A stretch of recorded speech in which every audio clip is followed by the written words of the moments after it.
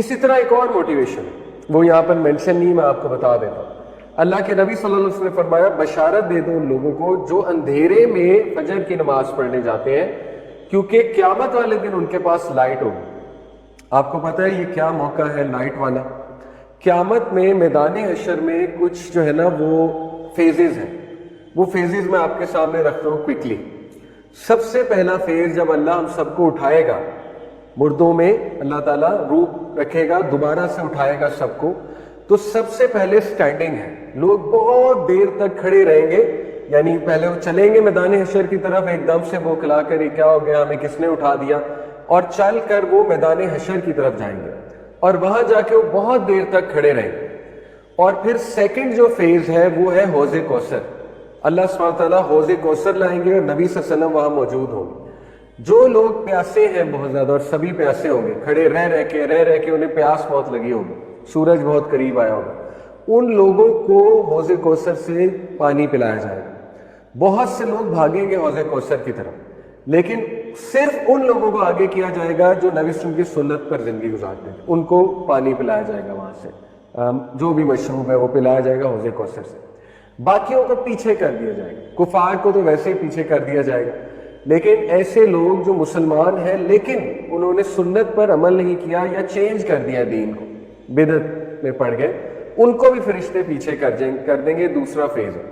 تیسرا فیز یہ ہے کہ دوبارہ سے بہت دیر تک کھڑا رہنے پڑے گا، اور یہاں تک کہ لوگ اللہ سے یہ التجا کرنے لگیں کہ ہمارے رب بے شک ہمیں جہنم میں ڈال دیں، یہاں سے نکال دیں، یعنی اتنا زیادہ وہاں پہ ٹرائل ہوگا میدان حشر میں۔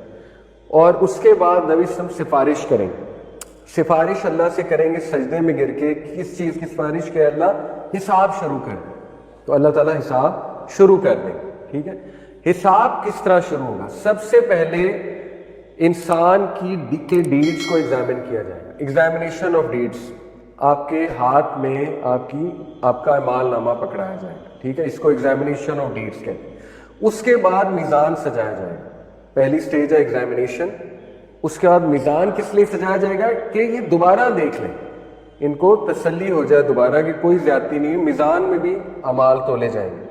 اور میزان میں اعمال تولنے کے بعد جو ہے وہ پھر ایک فیز آتا ہے جب کہ اندھیرا چھا جائے گا، گھپ اندھیرا چھا جائے گا، پچ ڈارکنیس ہوگی۔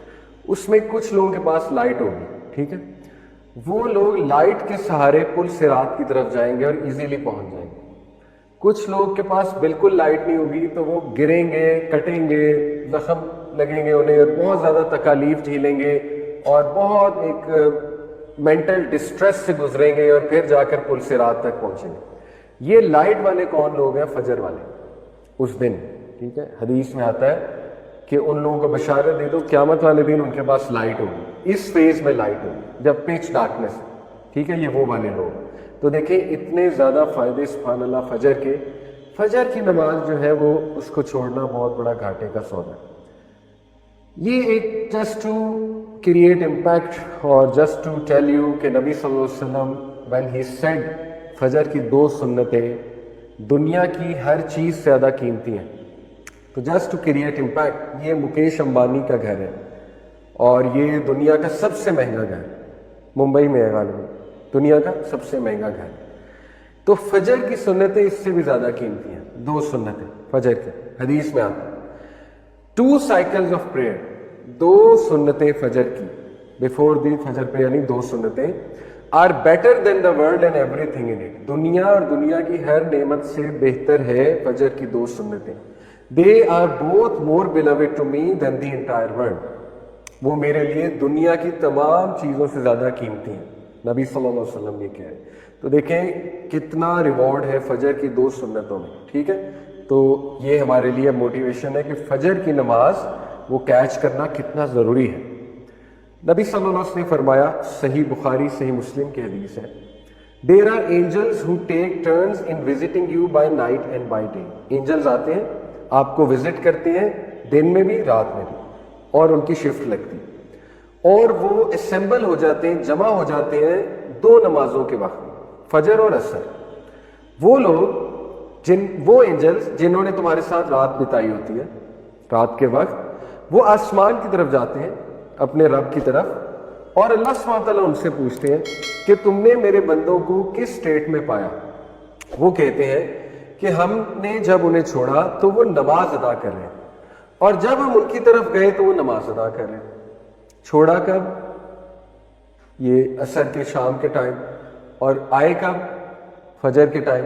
تو فجر کے ٹائم بھی کیا دیکھا؟ نماز پڑھ رہے، اور جب چھوڑا تب کیا کر رہے تھے؟ تب بھی نماز پڑھ رہے تھے، ٹھیک ہے۔ تو دیکھیں یہ اینجلز کا رپورٹ کرنا آپ کا نام لے کر، یہ بہت بڑا آنر ہے، ٹھیک ہے، اللہ کو بتانا